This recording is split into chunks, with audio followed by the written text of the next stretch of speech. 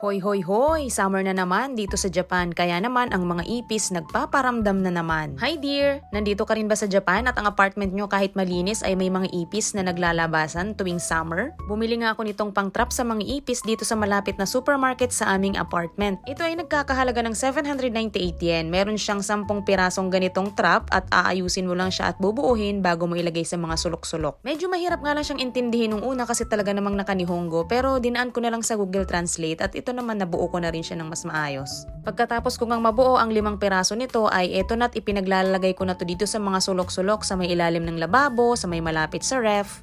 Kahit nga dito sa ibabaw ng lababo namin, kahit may linis dito at wala naman kaming mga pispis, meron din ditong ipis na naglalakad sa umaga kapag nagbukas kami ng ilaw, kaya lalagyan ko na rin. Dito din sa sahig ng laboratory namin, naglagay din ako ng isa para naman matrap din yung mga nasa sulok-sulok. Gabi ko nga pala ito nilagay at kinabukasan, tignan nyo naman kung gaano karami ang aking nahuli. Diyos mio Marimar, nakakaloka. Yung mga ipis dito sa apartment namin, hindi naman siya mga malalaking klase, mga maliliit lang sila pero kahit na nakakainis pa rin sila. Yung mga nasa ibang area, medyo makonti lang yung mga nahuli ko pero yung iba talaga marami akong nahuli. Depende siguro kung saan banda siya nakalagay. At eto nga ang pinaka top 1. Tignan nyo, Diyos mio, napakadami. Pasensya na sa mga kumakain. Gusto ko lang i-share sa mga nandito rin sa Japan na effective talaga itong Hoy Hoy Trap a Roach. Kaya kayong mga ipis kayo, magtago na kayo. Yun lang, salamat sa panonood.